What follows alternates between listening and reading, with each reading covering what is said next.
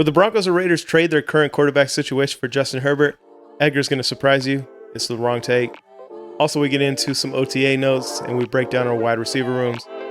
Crack a cold one. Hang with the Third and Thirsty podcast, boys. We break it down now. Let's go.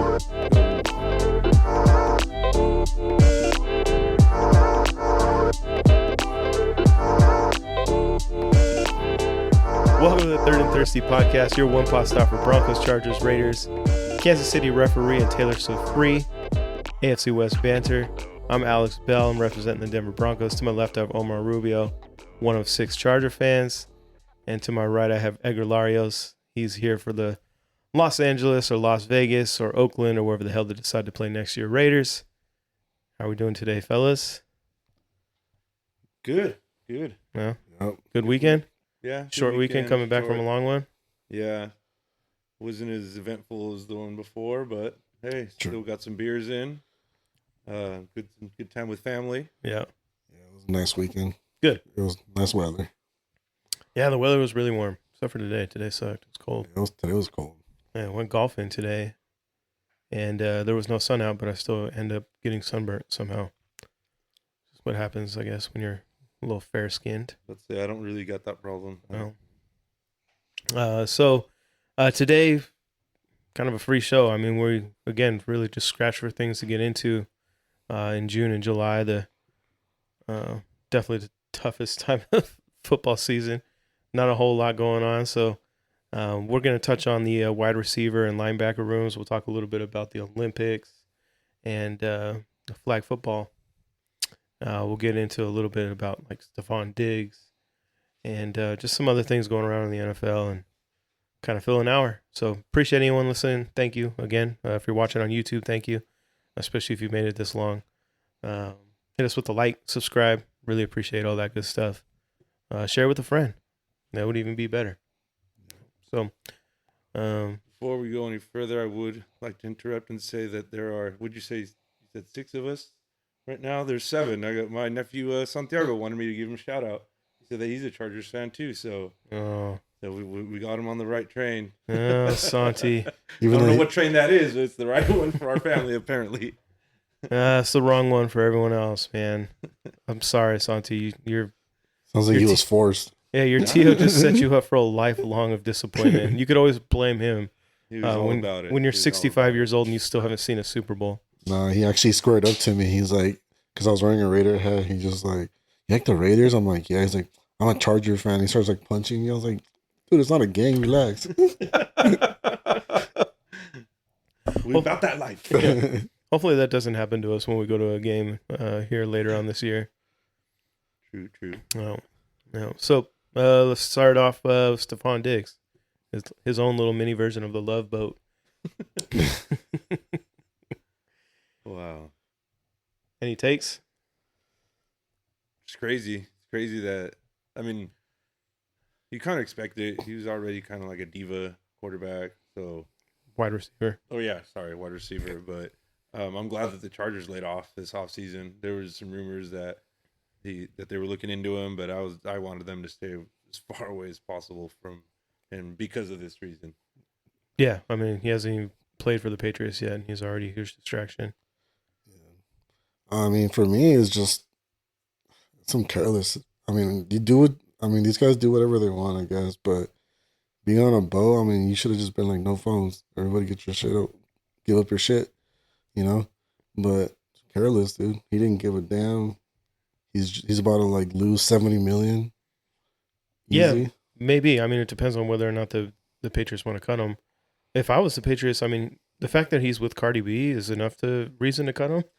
That obviously shows really poor judgment to be with someone like Cardi B. So not really someone you want on your football team if he makes decisions like that. But then put him on that boat with all the other shit going on there. Passing around that little bag of pink powder, whatever that was. Pink cocaine. Yeah. So not a good look for your wide receiver when you're going into OTAs. Hey, but it kind of goes in line with the organization. Look at the owner, Robert Kraft. Loves the party. Yep. look at the old head coach now with his whole ordeal going on with Bill Belichick. Yeah. Yeah, I mean, different times they were never intersected, but still, definitely some weird it's stuff. still Patriots related. This is the Patriot way. Yeah. Well, at least he was on a boat and not a massage parlor. True. Those open waters, it's no, there's no laws out there. So. I don't know if he was out that far. I think he was probably right off the shore. Still hooked up to the dock. But yeah, man. If I was Mike Vrabel, for sure, I would absolutely cut him. Yeah. He's just not like the Vikings, the Texans, and the Bills. All three pretty good reputation franchises. They've all decided that he's not worth the headache. True. I didn't really hear much with the Texans, like him being a drama queen. Besides him getting hurt, that's pretty much it. He was only there the 1 year. Yeah, That's what I'm saying. Like he only got hurt, but he wasn't as like dramatic like when he was with the Vikings. no, and he just made Or like with, zero impact. But again, they didn't offer him, a deal to come back. Right. That almost says just as much. Yeah. Plus, you add in the injury now, and you're Mike Vrabel. You're trying to like build a culture there in New England and set an example for the rest of the team. What you're saying by keeping him is, hey, if you're good enough, you can go and do stupid shit, and embarrass the franchise before we get started, and we'll keep you around. But I'd be willing to bet if like the backup fucking left tackle or something did that, he probably would have cut him. They would have easily. He wouldn't have be let back in the building that next day. Exactly. He just canceled his key card. Yeah, he would have got a text message on the boat, like, dude, Cardi B, come on, man. So yeah, Diggs. He was linked to the Broncos for a little bit too. Really glad they didn't give him a bunch of money to go out there and make a fool of himself before the season started. I mean, there would have been less of a chance of him doing that in Denver, less big bodies of water. That's true. I mean, That's true. He wouldn't have it's been, still he wouldn't have OTA, been down the so street from the beach. He might have gone snowing like in the middle of the summer when there's no snow, if you know what I mean. He would have got different kind of snow. Exactly. Yeah. Oh, okay. Other NFL news. Lions center Frank Ragnow, he retired abruptly today. Well, I guess kind of abruptly. That's tough for the Lions, losing a center in June. There's no real chance of them being able to go out and get anyone to replace him at this point. So that's going to be pretty tough. yeah, they had a really good running game, and that's going to change big time. Yeah, I was gonna say they had probably one of the top offensive lines last year. That really helped their whole team go. Yep. So wish him the best. Obviously, he's been dealing with a bunch of injuries, it looks like. So Yeah, I think they mentioned it was injury related. The reason he was gonna retire. So hopefully everything is good with his health and he can enjoy a full life and have fun with his family now. Yep. Totally. So let's see. Anything out of OTAs that you guys want to get into? Respective teams? For the Chargers, the one big news is Rashawn Slater still not getting a contract extension. He's coming up to his 5th year on the rookie deal. So, it's usually kind of like... When's the day where they can't, the deadline for like extending that 5th round? Or is that his last? Oh, he's You could already do that. there. That was last year. You got to do it the year before. Okay. To pick up the option. Exactly. Yeah. Yeah, the 5th year option. Yeah, for yeah. the 5th year. Yeah. So they did that last year. That was a given. I honestly thought they were going to get the extension done last year, but I mean, I see it on both sides. He had a season-ending injury in 23, so last year he was kind of coming back, trying to prove himself again, and had a really good season again. I think he just missed out on being a Pro Bowler. So I mean, he's a top 5 left tackle in the game, if not Definitely. top 3. So I'm hoping it's just, signing bonus, not really like the big number, but more just like the details that's holding things up. I mean, the Chargers do have a reputation for kind of dragging these things out a little bit. With Joey Bosa, they did it. With Derwin James, they did it. I think Herbert took a little longer than I would have liked, but they got it done earlier than the other two. So, I mean, but these are big contracts, like record-setting contracts, especially at the top premium positions in the game. Yeah, I mean, I guess they could get the deal done at some point during the season, and that happens too. Yeah, but right now he's not even in at the OTAs. It's the first time in his career that he hasn't been there. Yeah, it doesn't mean a whole lot, but I don't think if you're still trying to mesh, your offensive line, all those reps help. So, but I don't think he'll miss a beat. I think he's still going to be ready. He's, like I said, top 5, top 3 left tackles in the game. Yeah, he's definitely a pretty impactful player. I certainly don't blame him for definitely trying to push to get the deal done. Last thing he wants to have happen is, I'm not putting it out here like Edgar puts it out there, but injuries. Yeah, last thing he wants is for something to go wrong this season, Yeah. and he doesn't get to get his big payday that he deserves. He is a top left tackle in the league, so we'll see what happens there. Think there's any chance that he'll hold out? Ain't hear anything about that? No, and it's still early on. It's definitely training camp isn't until July, so yeah, still got about a month, maybe a little more. Hopefully they get it done before then. I don't think he'll hold out. Maybe he'll do like a hold in, where he'll show up, go through like individual drills, but no team drills, things like that. Just no contact whatsoever. Just get your reps in on the individual and like without pads. True. So, because I see him more of as a team guy, even if he won't be there doing everything. I think he will be there. Yeah, you can only be a team guy to a certain extent, and you just really have to worry about yourself. Oh yeah, definitely as a business, and you do have to look out for yourself, because one day, that could all be gone. True. I mean, the NFL stands for not for long, so. Yep. Edgar, anything OTAs, Raider related? Anything coming out that you like? I mean, don't like? They've been just hyping up all the rookies. Ashton Genty basically being exactly what he was ever advertised. Good vision, good blocker, good hands, pretty much everything. And then Josh Batch, same thing, basically good hands, good route running. There hasn't really been a corner that's been slowing him down. Darius Porter, he's running with the ones. I did hear that the first 11 on 11 that the defense won, they got 3 interceptions on fucking Geno Smith. Well, may not be a good thing for your boy Geno. Yeah, but that's got to be a little bit. No, I mean it's still early. It's early, bro. It's super early, but it's got to be like 3 interceptions. That was like 2 weeks ago, and this whole next 2 weeks, dude, it's been all offense. Dante Thornton Jr., he's been burning everybody. He said that the next week, the first throw that went to him deep, touchdown. He went out like it's just straight and burned everybody. Josh Bash burning almost every single corner. Genty just, I mean, nobody's touching him, but he's really kind of outrunning a lot of players. So the offense, like in the beginning, it was all defense, and now like I'm hearing it's all offense basically. But like I said, it's all until like pads go on. That's when we really will find out. I did hear that they're gonna have a, what is that called when they practice with another team? Like a scrimmage. Yeah, well. Yeah, but when it's like throughout the week,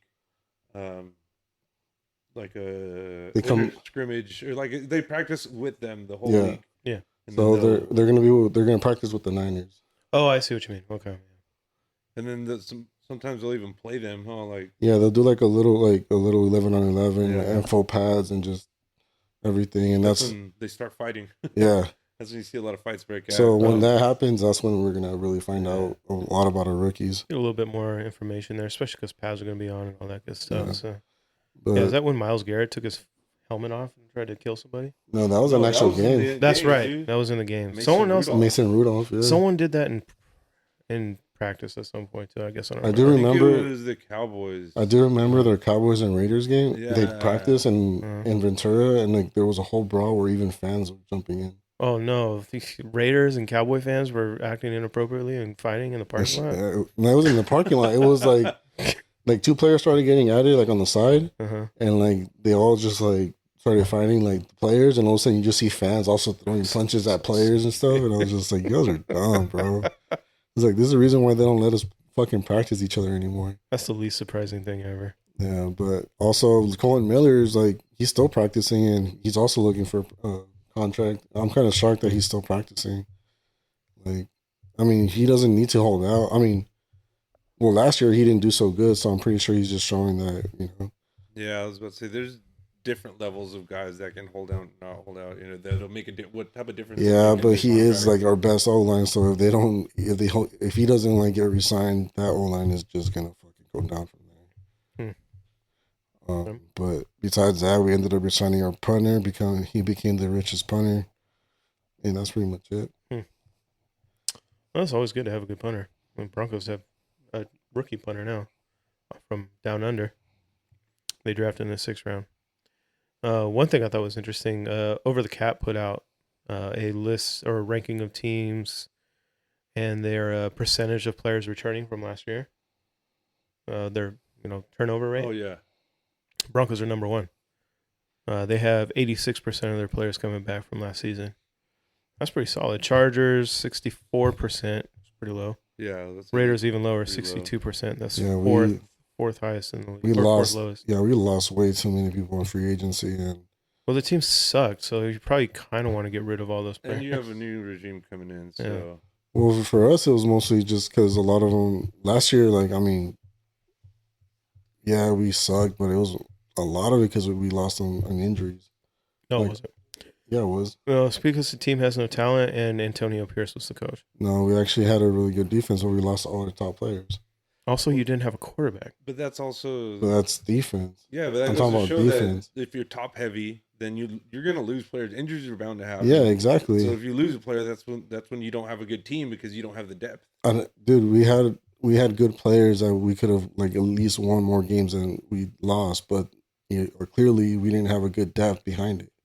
Yeah, And that's like, what I'm saying. yeah, and then So if you're top heavy with your talent, then you lose a guy, then that throws off your whole. yeah, so we had like 4 stringers playing during like halfway through the season because of all of our injuries. Yeah, With most teams in the league, everybody had injuries, and I mean the Lions and the Raiders were the number 1 team with the most losses and injuries. Who, the Lions? The Lions and the Raiders. Oh, the Lions Lions were didn't- way up there, yeah. Lions could have won the Super Bowl if they didn't have so many injuries last year. Raiders could have won, like, what, another game? No, Maybe I mean, They would have got themselves out of the Ashton Genty running and would have ended up with someone else. So that's all that would have got them. Lamar Hampton. Yeah, don't know who they would have taken at that it would point. have been wild It to would have take been a Hampton different- at like 12. Yeah, a different at I don't 12 know. or 15.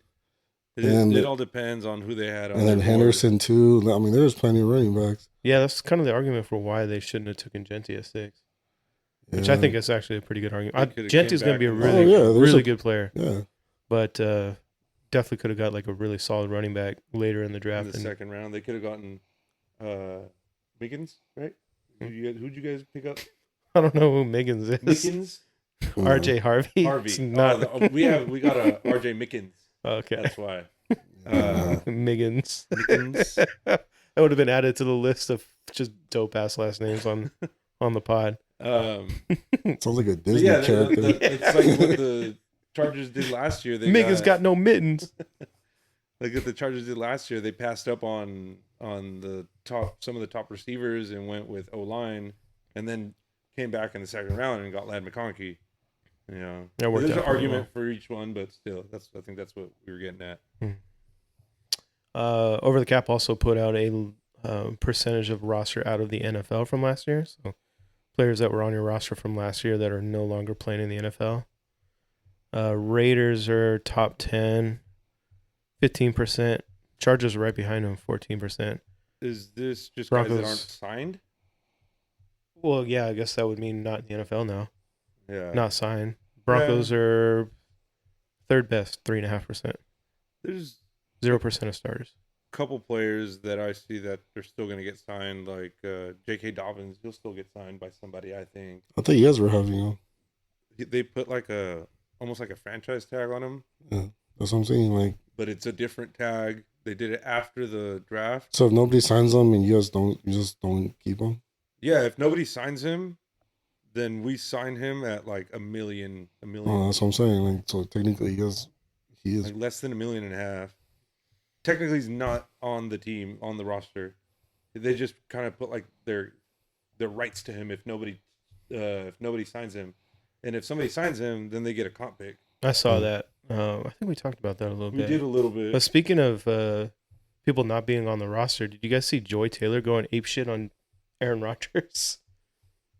Honestly. She just went off on him because like, how are you not at training camp or OTAs? And they're like, he hasn't signed with them. No one corrected her on the air for some reason. But I saw this tweet, and it must be someone else with the podcast. Obviously, not a big following as ours, but he says something along the lines of like, "Man, I've tried so hard to research and make sure I don't say anything stupid on my podcast." And Joy Taylor just goes out there, national TV, and doesn't know that Aaron Rodgers is not on the Steelers. It just goes on for like 3 minutes.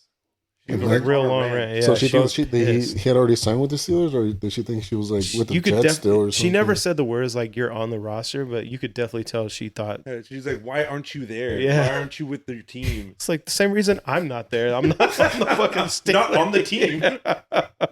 I don't think Mike Tom was going to be pissed that I'm not there today. You should just show up and just like say, hey guys, I'm the new quarterback. Joy Taylor said that's all it takes, so I'm here to play. You just gotta show up apparently. I might be able to beat out their fucking quarterback room. Who do they got now?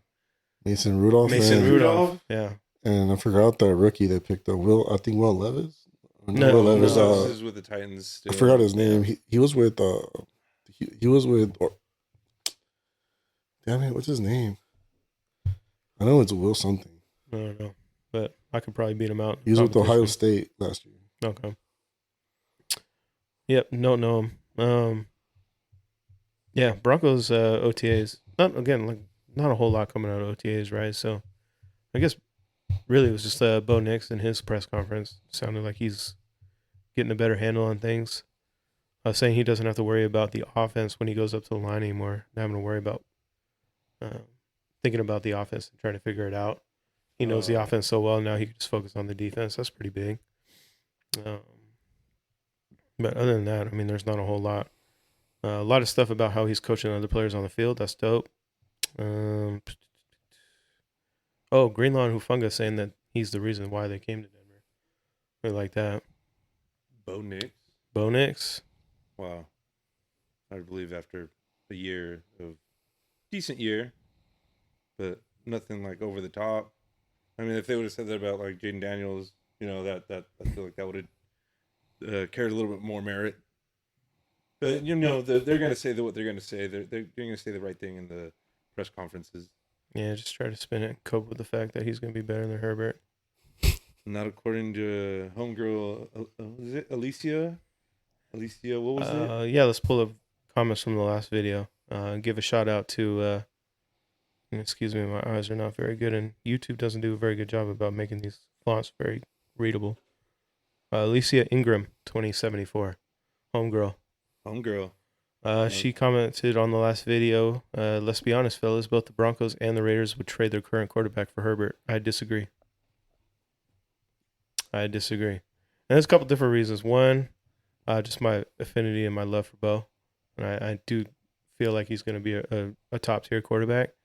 But just thinking through the eyes of Sean Payton as well. If there's one thing that Sean Payton loves other than winning, it's being right. And Sean Payton just dropping his nuts on the floor and saying, I'm going to get rid of Russell Wilson without a backup plan. He found his backup plan in Bo Nix. Took him at 12 when everyone said that he's not worth the top 12 pick. Proving them wrong in the first year.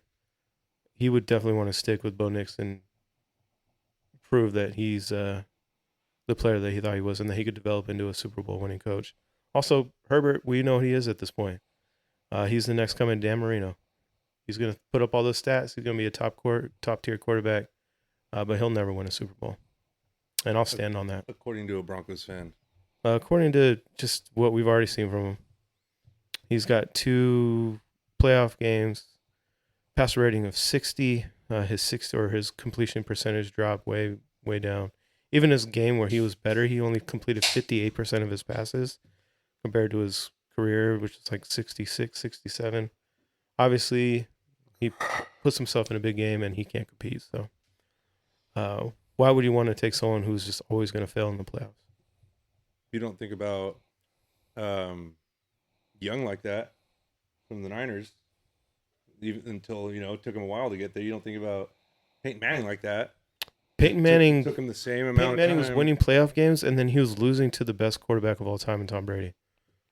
Peyton Manning went like I think he went 0 for 2, 0 for 3, and then started winning. So like I'm saying, you're not. If this comes 5 years later and Herbert's got a couple more wins, taking him maybe to a conference championship or a Super Bowl. All these hypotheticals then, already. Yeah, that's all Bo is too, is hypotheticals at this point. So yeah, he only has one season in, except for 5, like Herbert. Yeah, and he's also like only 2 years, 5, but only 2 years younger than Herbert, like a year and a half. Mm-hmm. That's fine. So he has less time to. He might already be at his his ceiling. People keep saying that's so fucking ridiculous. If people keep saying maybe it's not so ridiculous. Why do you say that? Or what about Justin Herbert not being a good quarterback, especially in the playoffs? Yeah, it goes both ways. I'm definitely on the lower end of people thinking Justin Herbert is a good quarterback. People really love Justin Herbert. I think he's a good quarterback, but like I said, he's the second coming of Dan Marino. He's going to be that quarterback that everyone looks at from this generation and said, yeah, a really good quarterback, just couldn't show up when it mattered. It could be the same way for Bo. Could be, but certainly don't know that yet after one season. After the first year, not looking as good as what Herbert did his first season. So maybe it could go down, could go up. Never know. Doesn't matter. Herbert had a great rookie season. Yeah, same thing with Herbert. He's still only 26. He's still super young. Mm-hmm. He's going into this is his fourth offensive coordinator in those 5 years. So he's barely going into the second year of the same offense. So it's like you change offense every year. It's probably not going to be so easy to get better. Yeah, it's been the same thing for Bo. Actually, this is the first time since high school where he's had the same playing caller in his offense. So same thing with Herbert in college. Tough. I think they changed offensive coordinators like every year there too. So it's been tough for him the whole way, and he's just been able to at least get the best out of the players on his team. Yeah, except for when he throws for 4 interceptions in a playoff game. Completes 43% of his passes. Or when Bo just shits the bed too, like last year. Yeah, that was a much tougher game. I mean, the Broncos against the Bills. The rate on them, it'd probably be the same. Versus the Houston. I mean, it was Broncos versus Bills versus Houston. I mean, Chargers and Houston, and you guys were supposed to win that game. Yeah, Broncos were like 10-point underdogs. Chargers were kind of favorites or whatever the hell. However you put it last spot, where they were kind of favorites. No, they were favorites. No, yeah, they were supposed favorites. to win that game. I remember hearing in a podcast saying that everybody was like, Chargers are going to win, and they're going to face the Chiefs next. And when they lost, I was like, oh, shoot. Yeah, that's when your weaknesses get exploited. Their offensive line got exploited in the middle. Herbert got exploited.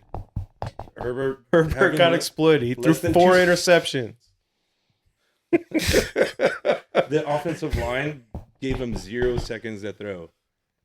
It said, there's Ladd. Let me just throw it up and see if he catches it. That's basically what he did the whole game, and that worked for 197 yards for Ladd.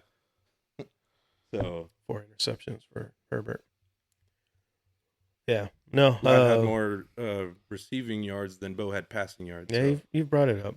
Yeah, the game and didn't. You keep bringing up that game didn't go well for the whole Bronco team, and that was expected. Again, it was their first playoff game in 10 years, and big underdogs on the road. Against a much better team. But we'll see what happens this year and going forward. I'm very confident that Bo will have a better career than Justin Herbert. So, your opinion. Alicia Ingram, thank you so much for watching. I hope you're watching again. Really appreciate it. And just a quick note, because it was all Broncos and Chargers. I still would like Herbert's a great quarterback, and we You definitely don't tell me That's you would horrible. rather have No. Geno Smith. Oh, yeah. Okay. No, Oh, I Aiden would. O'Connell? No, no, I would rather have Geno Smith over Herbert. I am not. Hold on, what? I'm not joking. All right, we got to get into this a little bit. How? Since Geno Smith started for the Seahawks, he's had the same stats down to the completions, down to every single thing that Herbert has. Yeah, but when you're watching the two, look, as much as I don't like Herbert, he's a better quarterback than Geno Smith. He I just agree. is. Also, but- Geno Smith is 34. Yeah, I agree. Damn Do near I older think than me. Do I think Herbert's a good quarterback? Yeah.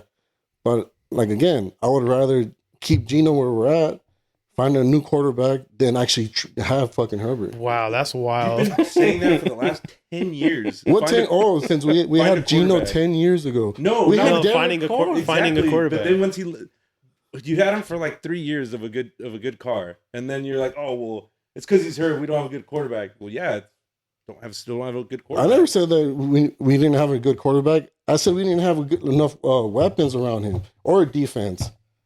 When we didn't have Derek Carr, we didn't have a defense. Now we have a defense and we don't have a quarterback? So you would So- still take a lesser quarterback, even though you can get a better quarterback play. At 34 years old, that's crazy. Yeah. He has maybe 2 years left at what he's been playing, which is like his peak, which is what nobody expected. It's not his peak, but sure, whatever you say. You still think he's on an upward I trajectory? think he can play better. Damn, Yeah. Edgar is Edgar. fully on the He's Geno Smith drinking the Kool-Aid, juice. man. Yeah, he's drinking that juice. That's crazy. As much as I don't like Justin Herbert, I was waiting for this Edgar to come out. Oh, a million times Oh, yeah. more I would take Justin I was Herbert waiting for No, this I Edgar over wouldn't. to Geno come out. Smith. That's fine with me. He's like, dude, he you're started out a little bit- 34-year-old fucking Geno Smith is playing the same thing, and you're saying that Herbert's at his best right now, and they're playing the same thing. Justin Herbert could definitely get better. He's only 26, 27. 26, and he's like I said, like I just finished saying a bit ago, he's on barely his second, going on the second year of the same offensive coordinator for the first time. Yeah, So there's a lot to show that there's going to be improvement this year, just because of he doesn't need to learn the offense. He already we'll knows see. the offense, just like you said. Bo feels a little more comfortable. we'll For see. sure, Herbert feels a lot more comfortable in the offense again. All right, but we'll see. Damn. I still don't think that. Like, So that's- what proves you right? I'm not saying I'm right. I'm just saying personally, I would have fucking keep Geno over I keep fucking Herbert. So what would prove, in your eyes, that in 3-4 years from now, when will you look back on this pod and be like, "Damn, Homer, I told you, we're way better off with Geno Smith than we are with Justin Herbert." What needs to happen for that for you just to our be right? team to get better. But the thing is, in the end, for me, is just like I said, I would rather keep going the way we're going right now with Geno than fucking like be like, oh, let's trade for fucking Herbert. It wouldn't even have to be a trade. It's just like, would you rather have? You had the option of one or the other, without trading, without anything. Just like pick one or the other. Oh, then yeah, The for trade- sure. But she that- said, that's but what- wasn't the comment to trade? Yeah, sure, but it was I mean, like an open-ended. Yeah, I mean, it's Okay, more then, so just a okay. So conversation thing. in your case, if it's free, just pick one. Yeah, I'll Yeah. take Herbert. That's what we but were. trade-wise- But trade wise, I wouldn't. you wouldn't trade. So obviously, this would never happen. Neither team would engage in these trade talks. But Exactly. But if like, tomorrow you found out that Geno Smith was traded straight up for Justin Herbert, you'd be like, "Damn, we took a step backwards." I wouldn't say we take a step backwards, but I would look at what we gave up to that point, just because I'm We like, said straight up. Yeah, That's just straight oh, up. just straight Smith, up. this one- Geno Yeah, Smith or that's Justin fine. Herbert. If it's straight Yeah. up, just like that, that's fine. Okay. But for me, the way I'm saying it is that I would rather let the Raiders keep going the way they're going, where the point where Geno's going to play his 2 years, and we still upgrade the team around him, and then we get a quarterback. What guarantees So that he's going to tough be that better you're gonna than find a better than quarterback, though. Herbert? The last he was with the Seahawks where he had No. Yeah, go ahead, Omar. What's gonna guarantee you that you're gonna get a better quarterback than Justin Herbert After Geno after Smith. Geno leaves in 2 years? Instead of taking Herbert right now, when you have 10 more years of Herbert to go. Well, I Easily wouldn't 10 more guarantee. years. It won't guarantee, but I would rather take a rookie quarterback that. That's even worse because you never know what you're gonna get from a rookie quarterback. That's I mean, I don't- that's an even worse take. I don't honestly. know like not about to talk that. like shit to you personally. Just I feel like that's even No, worse none of because this- you none don't of this know is what you're personal. gonna get Fuck from that. a rookie quarterback. No, Look at like- the Browns, what they've been dealing with. trying to get What do you mean? Get at rookie quarterbacks for the Yeah, last but the 10 thing years. is that they go for a quarterback that a coach doesn't even want. The fucking owner wants him, and then they give 1 year, and then they fucking change it to a fucking other Sounds coach. like Al Davis is his whole tenure. He's making all the picks. See, that's what I'm saying. I You mean, don't know. I mean, we what's gonna get technically involved. hit on Carr, but the thing in the end after that, what happened? Our defense was ass. And even with like the shittiest fucking team we had around Carr, we still actually went to the playoffs. Yeah, but that was one time, and how many times? That was twice. You could get a Carr, or you could get Jamarcus Russell. Yeah, but the thing is, Jamarcus Russell was more of a Al Davis pick compared to Derek Carr, where it was an actual coach pick. Exactly. That can go the same way. Yeah, but and then for me, it's like now, like I can see freaking Pete Carroll, like he's gonna fucking be like, okay, I see this quarterback, and then Chip Kelly too. They both can be like, oh, this quarterback that's coming out, let's check him out. And I feel like I'm more confident with them picking out a quarterback than I did with fucking Mark Davis picking a quarterback. 1,000%. Yeah, definitely feel that. Yes. But it's not a guarantee. Yeah, especially if the Raiders, quarterback. hypothetically, if they do get better and maybe they're in 2 years they're looking at a draft pick in like the late teens or early 20s. Exactly. Not like you could find a quarterback there. Yeah, Sure, I mean you could there's find a Derek quarterbacks Carr. in the 6th round or the 7th round. Brock Purdy. You could find Tom Brady, how many obviously. more minutes for that one to hit? That's my thing. Is how many more miss? There's probably 10, 20 that miss for that one to hit.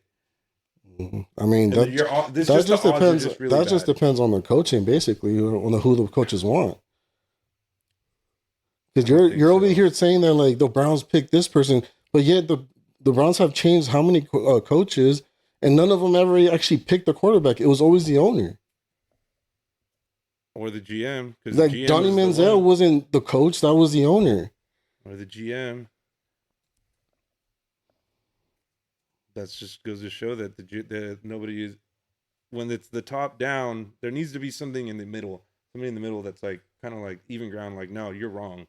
And I felt like for the Raiders, there was nobody there for a long time. Well, I mean, when Al Davis was alive, yeah, that was basically it. It was his word or fucking it's it. But when Mark Davis showed up, like he took over, he's like, I don't know shit, so y'all have to fucking figure that out. It's like, bro, come on. So John Gruden was basically the last word. Like it was either my shit or get the fuck out of here. And then after that, it was like now it's just basically like I feel like we actually got the right people. Like Chip Kelly, like I wouldn't trust him as a head coach just because like what he did with the Eagles. But with Pete Carroll there, and like I feel like those are two good coaches that would fucking like. What if he uses this to try to get back into the head coaching? I mean, maybe, but I don't get back into it. I mean, like, there's a possibility that he might leave, his own shit but we'll see. In his mind, that he wants to do in a year. I'm just gonna use this for a year, get their. But I honestly think, up, I wouldn't be surprised that he's gonna stick because Pete Carroll's only gonna coach for like maybe 1 or 2 years, maybe 3. Excuse me. Man, I don't know. Whatever happens, June 2nd is going to go down as in a day of history for the Third and Thirsty podcast. That's the day that Edgar fully took the Geno Smith Kool-Aid. Holy shit! I appreciate the take, man. That was fucking awesome. But man, you're wrong. Like I was saying, I 1,000% would take Herbert over Geno Smith, and it's not even close. This is the Edgar I was waiting for. I love it, man. The one that's like, I can't wait for the season to start. Because it seemed like you were a little hesitant, like, well, we'll wait and see. And I'm yeah. This isn't the Edgar I know. The Edgar I know is like full on Raiders. Oh yeah, ride or die. Like even if we're 0-17, we're still making the Super Bowl this year. That's the type of energy I want to see, Edgar. Let's go on the for Third it. Thirsty podcast. Let's go for it. So, Alicia Ingram, thank you so much for the comment and sparking probably the hottest debate that we've had here on the pod, and truly outing Edgar as out of his fucking mind. Then we had another comment from, and excuse me again, my eyes are terrible. Paul Jason, 2758. Our guy helped us out in remembering who stopped the tush push, and that was the Raiders. It was Max Crosby jumping over the line and tackling Hurts. That was pretty dope. I do remember that. Yeah, I went back and I had to go back and look at the highlight, and that was super tight. Max Crosby's a great player. That's one thing the Raiders have going for them. As much as out of his mind he is too. Maybe have they tried him at quarterback?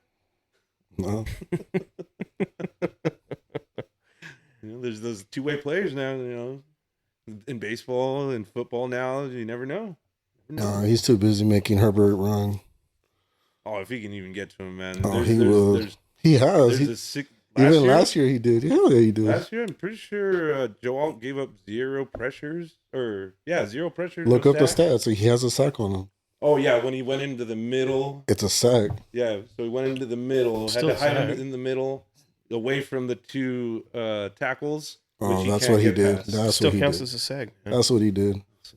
He ran away. Good luck with that with Mekhi Becton this year. And the 6'8" Mekhi Becton in the middle. He's going to be too busy trying to stop Christian Wilkins in the middle. Because your center's not going to be able to do it himself.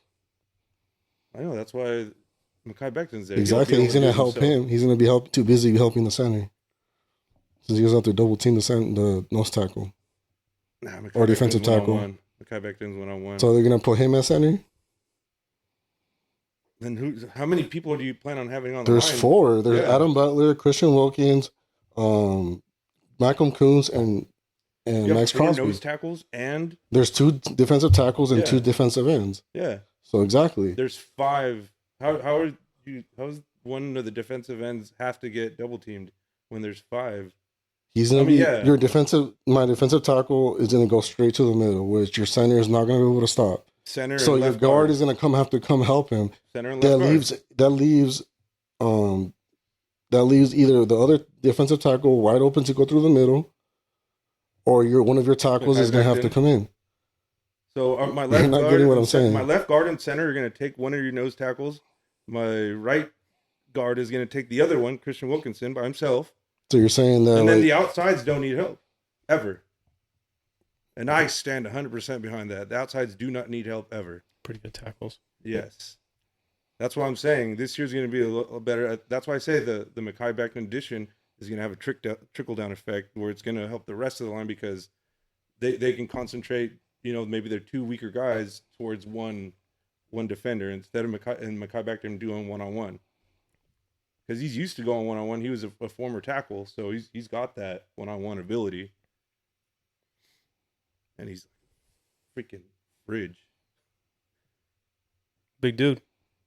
Big dude. Yeah. All right. Well, that was good, guys. Appreciate that. Comments leading to some spicy takes. Spicy. For the boys. So let's see. Let's move on. I mean, we're already about 45 minutes in. Quick receiver talk or linebacker talk? Maybe we split up wide receiver and linebacker. Maybe we'll just take let's take wide receivers today. Yeah. Okay. Who wants to get started? Well, wide receiver room. What are we thinking for next year? We're doing this for our homie Cake J. The man. Commenting on not the last video but the one prior. Sorry we weren't able to get to your request last week, but we're back this week doing it. There we are. I'll take it. Whatever. Okay. Start. I'll take it because I think I got the most questions in our wide receiver room. There's you guys got that guy Mike Williams. Yeah. Out of nowhere. Okay. Yeah. I don't know. You finally got a player like Mike Williams. No, well the one guy that I can't go any further without mentioning is Ladd McConkey, Ladidi McConkey. I think he's already going to be a top 10 receiver. Top 10? His separation already was top 10 last year, and he didn't get going until I'd say a third into the season. So like game 6 is when they started really featuring him a little bit more. First couple games, he was just still trying to find, either he was trying to find his footing or they were trying to ease him in to the rotation, especially being a rookie. But once he started going, man, it was the Ladd McConkey show from there on out. There was nobody slowing him down except for himself when he got a little injured there. I think I'm going to say he hurt his shoulder and he had to miss a game.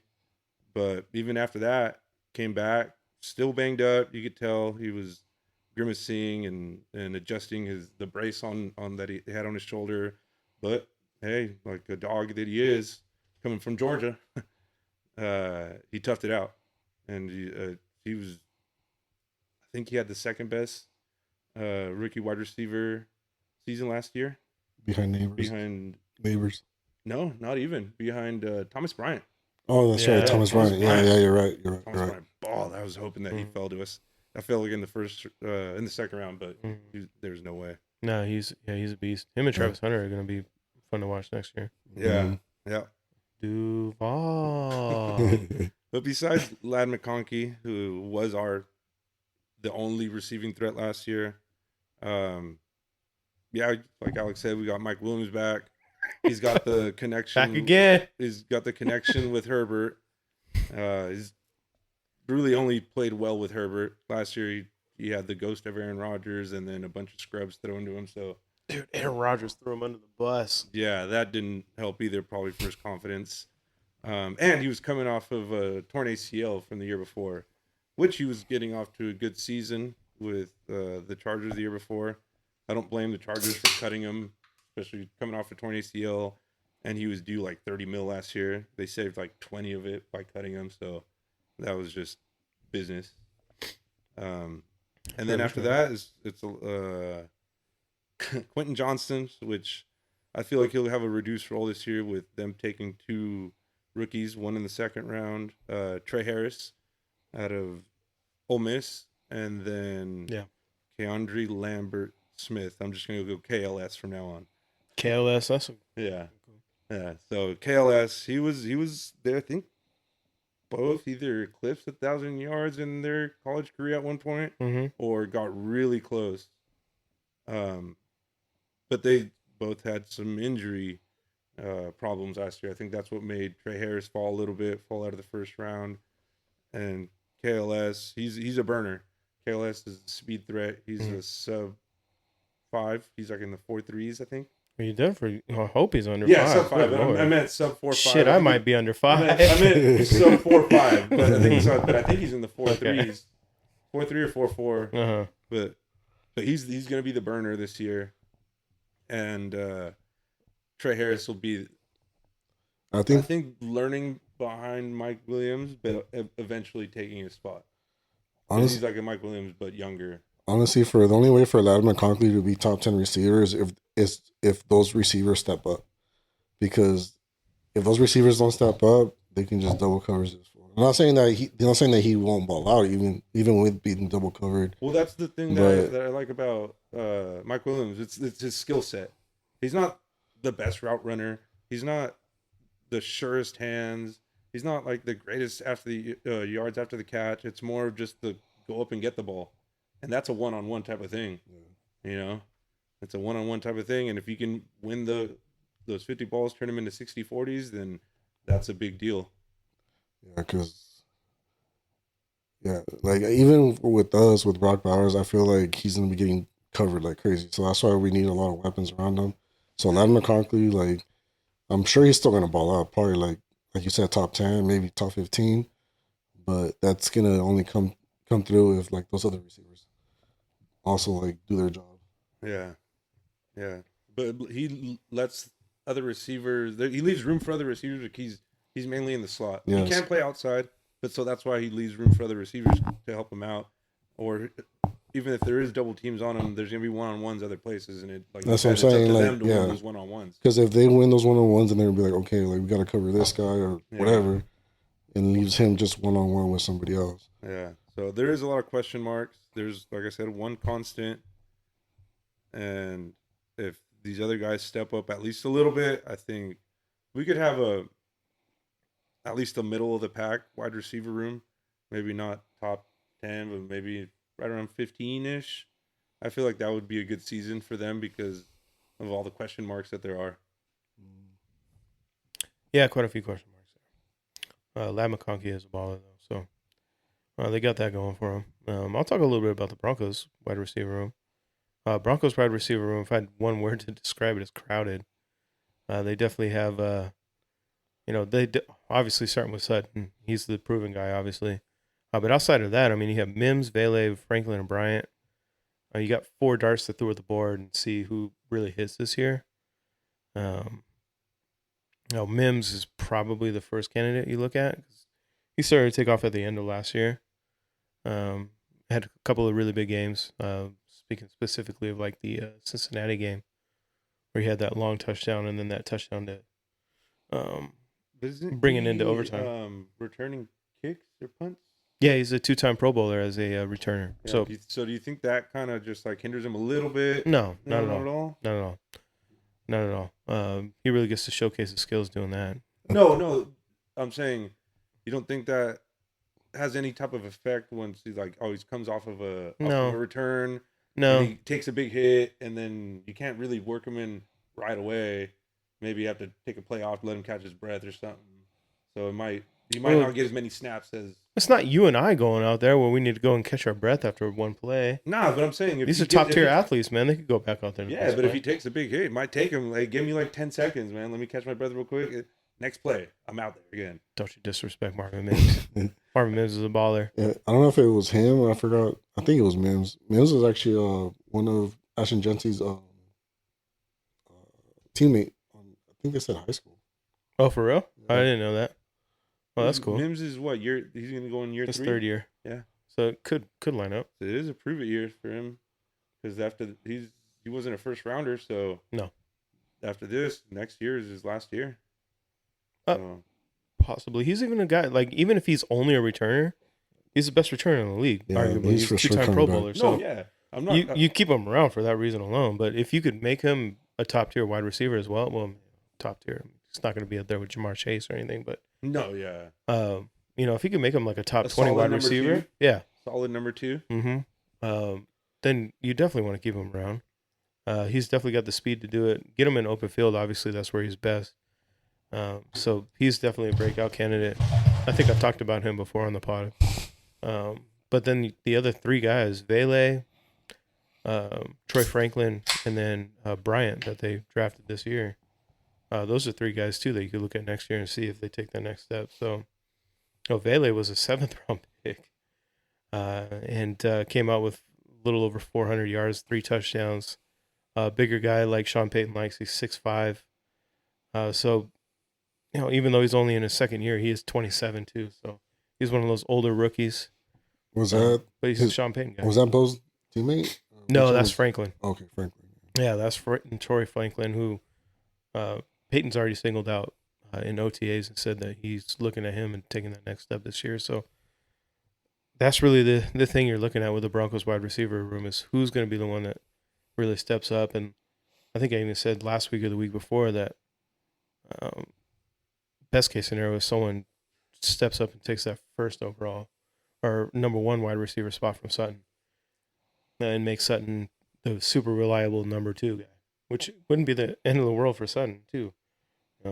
He's a great wide receiver. He's already proven. I don't need to talk much about Sutton. He was definitely Bo's safety valve last year.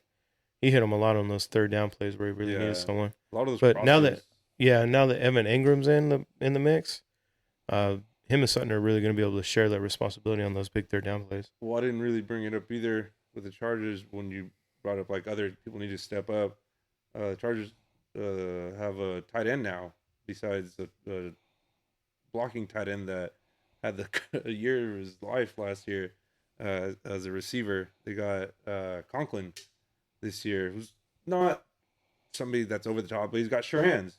And he's got I want to say he's been averaging 500 yards, which isn't something crazy, but it's something dependable. Okay, so now June 2nd is also going down as a day that Omar is going to take in Conklin as a top tight end. Oh, I didn't say he was. I said he's not a top tight end. I said, but he's or even just serviceable. Yeah, he's serviceable. Okay, he's average, but that's better than what they've had in the last 5-6 years.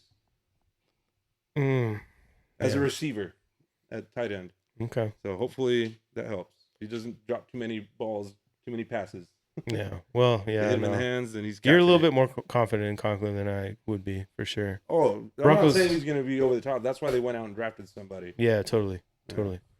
Yeah. Well, I mean, Ingram coming in and is really going to take the pressure off the wide receivers because that's going to be a big target for Bo. So that's really going to open things up.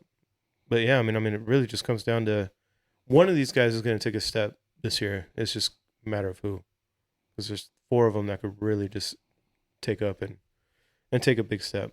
Franklin definitely could be that guy. If he didn't drop a couple of passes last year, he would have had a really big rookie year. So yeah. Oh. I was gonna say that not Bills game, was it the Bengals game where he like had that long touchdown but he didn't catch it? Or was that the Bills? No, it wasn't. No, he caught the one in the Bills game. Oh, okay. He had a couple of games where he dropped passes in the end zone, long passes. Yeah. It wasn't maybe it was the Bengals. I don't remember. There was a couple. There was too many.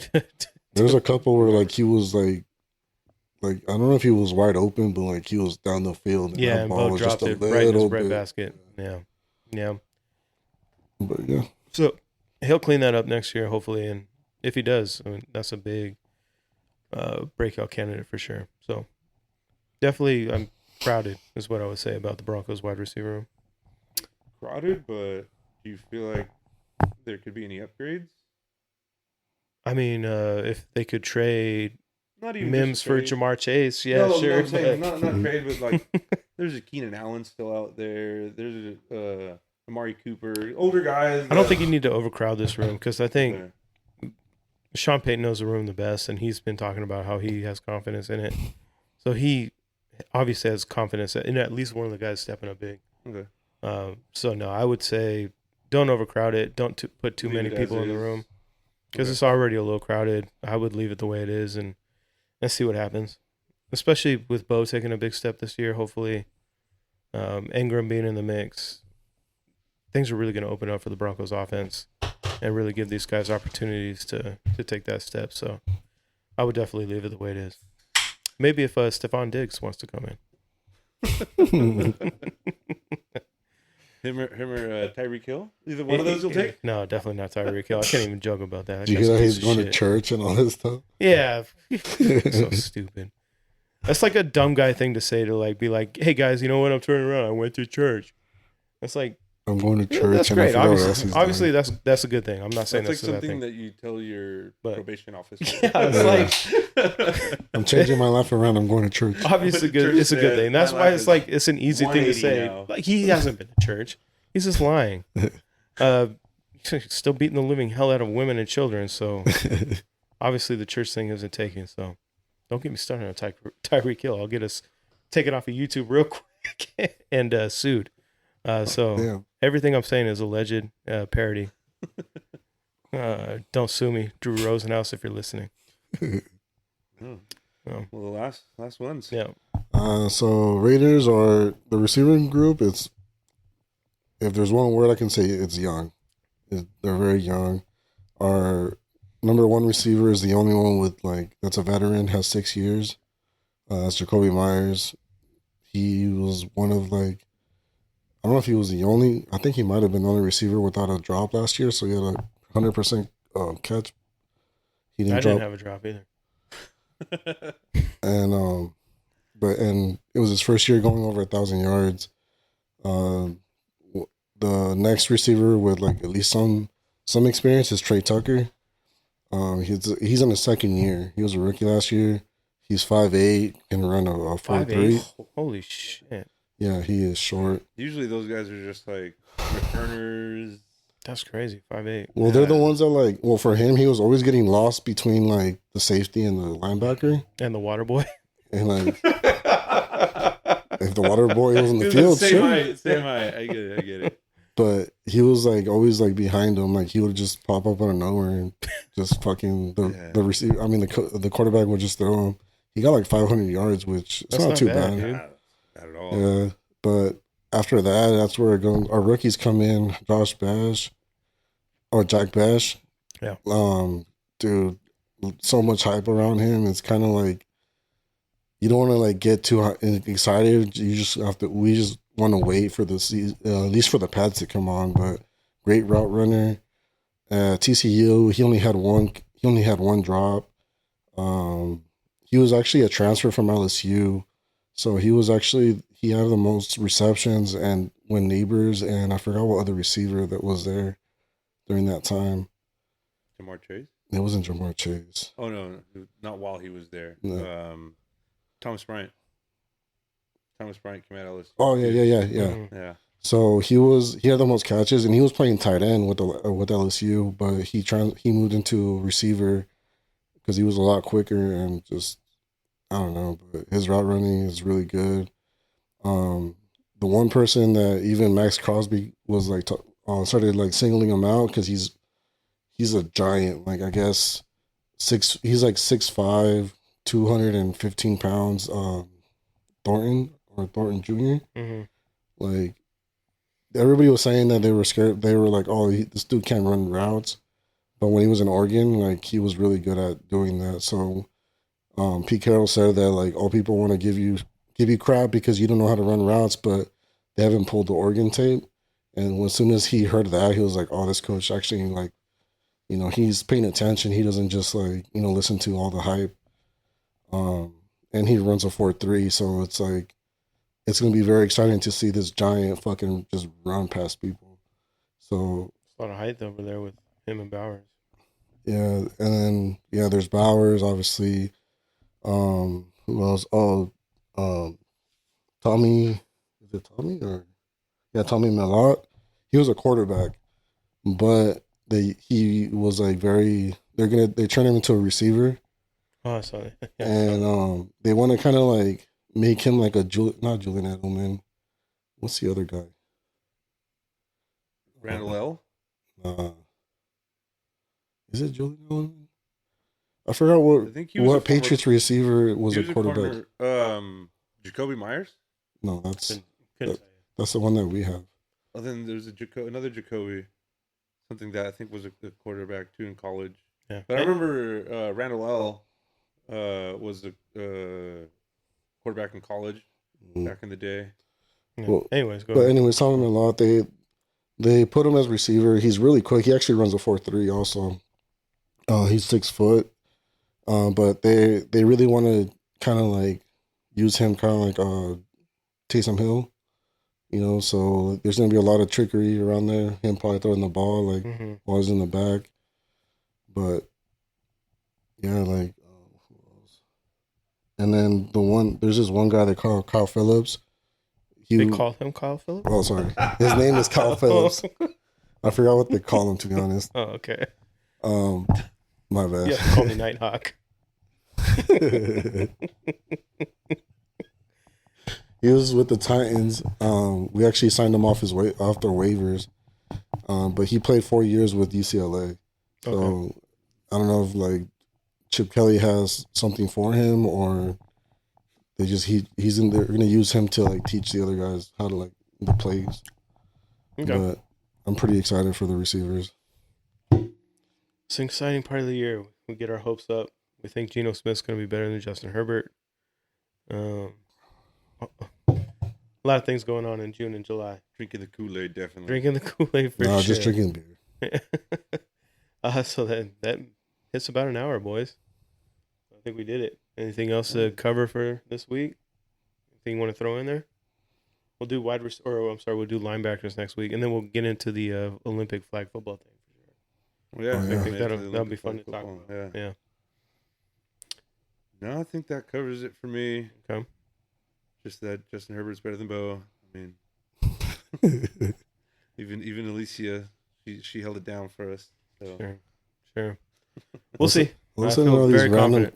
all these 12. You offended these 12 like Charger fans. That's why they keep commenting. They're the only ones that are commenting too. That's funny. All the three of them are looking on the word. I looked at ticket prices for the Broncos Chargers game, the Chargers home opener, right on the 21st of September.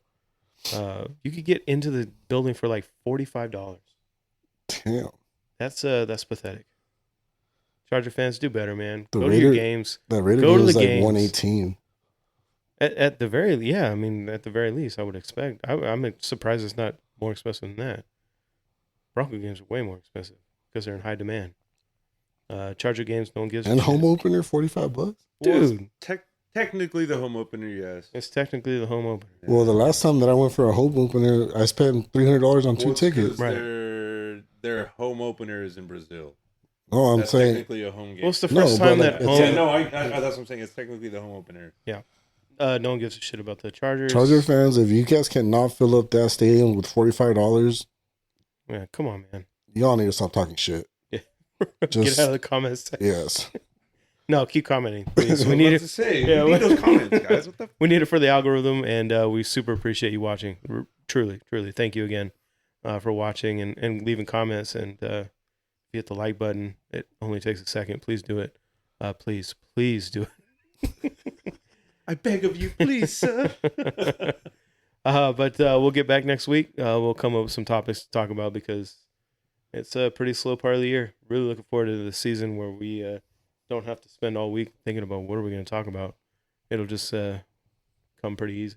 So, Yeah, and if you guys have any ideas, feel free to leave it in the comments section. Yep, really would appreciate it. All right, anything else, boys? Yeah. Not that I think of. 251 days until Bo Nix wins his first Super Bowl. Cheers. Cheers.